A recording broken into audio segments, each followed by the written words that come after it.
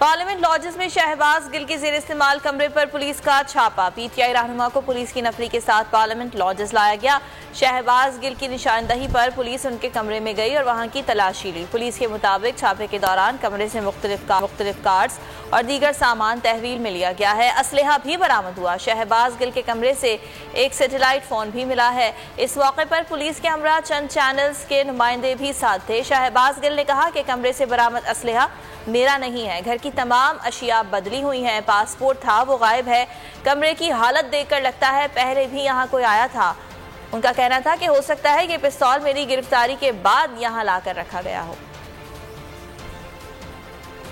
मैं हूँ जैस्मीन मंजूर और आप मुझे देखेंगे सिर्फ बोल पर।